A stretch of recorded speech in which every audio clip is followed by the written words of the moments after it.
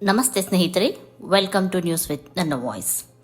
ಸ್ನೇಹಿತರೆ, 31ನೇ ಕಂತಿನ ಗೃಹಲಕ್ಷ್ಮಿ ಹಣ ಬಿಡುಗಡೆಯಾಗಿದೆ ಎಂದು ಸಾಮಾಜಿಕ ಜಾಲತಾಣದಲ್ಲಿ ಹಲವಾರು ವಿಡಿಯೋಗಳು ಬರ್ತಾ ಇವೆ. ಆದರೆ ಇನ್ನೂ ನಮ್ಮ ಖಾತೆಗೆ ಯಾಕೆ ಜಮಾ ಆಗಿಲ್ಲ ಎಂದು ಅದೆಷ್ಟೋ ಮಹಿಳೆಯರು ಚಿಂತೆಗೊಳಗಾಗಿದ್ದಾರೆ.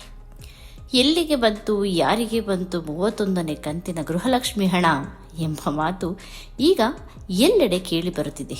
ಕಾರಣ 3 ತಿಂಗಳಿಂದ ಹಣ ಜಮೆ ಆಗಿಲ್ಲ. ಡಿ.ಕೆ. ಶಿವಕುಮಾರ್ ಸರ್ ಸಿಎಂ ಆದಮೇಲಂತೂ ದಿನಕ್ಕೊಂದು ಕಾನೂನು ನಿಯಮ ಬದಲಾವಣೆಗಳಿಂದ ಜನರು ಕಂಗೆಟ್ಟಿದ್ದಾರೆ. ಹಾಗಾಗಿ ಸ್ನೇಹಿತರೆ, 31ನೇ ಕಂತಿನ ಹಣ ಬಿಡುಗಡೆ ಪ್ರಕ್ರಿಯೆ ಆರಂಭಗೊಂಡಿದ್ದು ಯಾವ ಯಾವ ಜಿಲ್ಲೆಗಳಿಗೆ ಜಮಾ ಶುರುವಾಗಿದೆ, ಇನ್ನು ಯಾರಿಗೆ ಬಂದಿಲ್ಲ ಎಂಬುದರ ಬಗ್ಗೆ ಈ ವಿಡಿಯೋದಲ್ಲಿ ಕಂಪ್ಲೀಟ್ ಆಗಿ ತಿಳಿದುಕೊಳ್ಳೋಣ. ಸ್ನೇಹಿತರೆ, ಹಲವು ನಂಬಿಕೆಯುಳ್ಳ ಮೂಲಗಳ ಪ್ರಕಾರ ಸರ್ಕಾರ 3 ತಿಂಗಳಿಂದ ಜಮಾ ಪ್ರಕ್ರಿಯೆ ನಡೆಸದೆ ಉಳಿದಿರುವ ಬಾಕಿ ಹಣವನ್ನು ಬಿಡುಗಡೆ ಮಾಡುವ ಪ್ರಕ್ರಿಯೆ ಈಗ ಆರಂಭ ಮಾಡಿದೆ. ಹಲವು ಜಿಲ್ಲೆಗಳಿಗೆ ಈಗಾಗಲೇ ಬಿಡುಗಡೆ ಕೂಡ ಆಗಿದೆ. ಅಲ್ಲಿನ ಫಲಾನುಭವಿಗಳು ಬಂದಿದೆ ಎಂದು ಕಮೆಂಟ್ ಮೂಲಕ ತಮ್ಮ ಅಭಿಪ್ರಾಯವನ್ನು ತಿಳಿಸುತ್ತಿದ್ದಾರೆ. ಹಾಗಿದ್ದಲ್ಲಿ ಆ ಜಿಲ್ಲೆಗಳು ಯಾವುವೆಂದು ತಿಳಿದುಕೊಳ್ಳೋಣ. ಮೈಸೂರು, ಬಳ್ಳಾರಿ, ಬಾಗಲಕೋಟೆ ಜಿಲ್ಲೆ, ಚಾಮರಾಜನಗರ ಜಿಲ್ಲೆ, ದಾವಣಗೆರೆ, ಹುಬ್ಬಳ್ಳಿ ಧಾರವಾಡ ಜಿಲ್ಲೆಗಳು, ಬೆಳಗಾವಿ, ಉಡುಪಿ, ತುಮಕೂರು ಮತ್ತು ಉತ್ತರ ಕನ್ನಡ ಜಿಲ್ಲೆ ಹಾಗೂ ಚಿಕ್ಕಬಳ್ಳಾಪುರ ಜಿಲ್ಲೆಗಳಿಗೆ ಈಗಾಗಲೇ ಜಮಾ ಪ್ರಕ್ರಿಯೆ ಶುರುವಾಗಿದೆ. ಇದಕ್ಕೆ ಸಂಬಂಧಿಸಿದಂತೆ ಅಲ್ಲಿನ ಫಲಾನುಭವಿಗಳು ಪ್ರೂಫ್ಗಳನ್ನು ಸಹ ಶೇರ್ ಮಾಡುತ್ತಿದ್ದಾರೆ. ಸ್ನೇಹಿತರೆ, ಸರ್ಕಾರ ಡಿಬಿಟಿ ಆ್ಯಪ್ನ ಮೂಲಕ ಈಗಾಗಲೇ ಹಣ ಬಿಡುಗಡೆ ಮಾಡಿದೆ.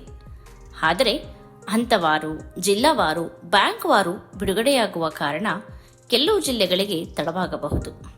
ಆದರೆ ಇನ್ನು 1 ವಾರದೊಳಗಾಗಿ 31ನೇ ಕಂತಿನ ಹಣ ಎಲ್ಲ ಫಲಾನುಭವಿಗಳಿಗೆ ಸಿಗುವುದು ಖಂಡಿತವಾಗಿದೆ. ಹಾಗಾಗಿ ಸ್ನೇಹಿತರೆ, ಆತಂಕಕ್ಕೊಳಗಾಗಬೇಡಿ. ನಮ್ಮ ಸಂಬಂಧಿಕರಿಗೆ ಬಂದಿದೆ, ನನಗೆ ಯಾಕೆ ಬಂದಿಲ್ಲ ಎಂದು. ಎಲ್ಲರಿಗೂ ಬಂದೇ ಬರುತ್ತದೆ. ಈ ಕಂತಿನ ಹಣ ಜಮಾವಾದ ಬಳಿಕವಷ್ಟೇ ಇನ್ನುಳಿದ ಕಂತಿನ ಹಣ ಅಂದರೆ ಮೇ ಮತ್ತು ಜೂನ್ ತಿಂಗಳ ಹಣ ಬಿಡುಗಡೆ ಬಗ್ಗೆ ಸರ್ಕಾರ ನಿರ್ಣಯ ಕೈಗೊಳ್ಳುತ್ತದೆ.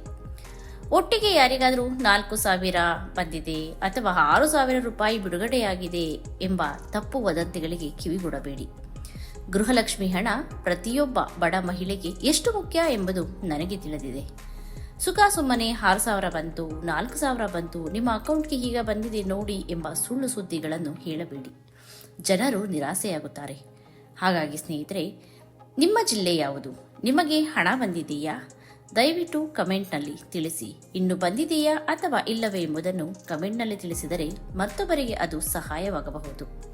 ಸ್ನೇಹಿತರೆ, ಇದು ಒಂದು ಮಾಹಿತಿ ನೀಡುವ ವಿಡಿಯೋ ಮಾತ್ರವಲ್ಲ, ಕರ್ನಾಟಕದ ಎಲ್ಲ ಜಿಲ್ಲೆಗಳ ಪರಿಸ್ಥಿತಿಯನ್ನು ತಿಳಿದುಕೊಳ್ಳುವ ಪ್ರಯತ್ನ.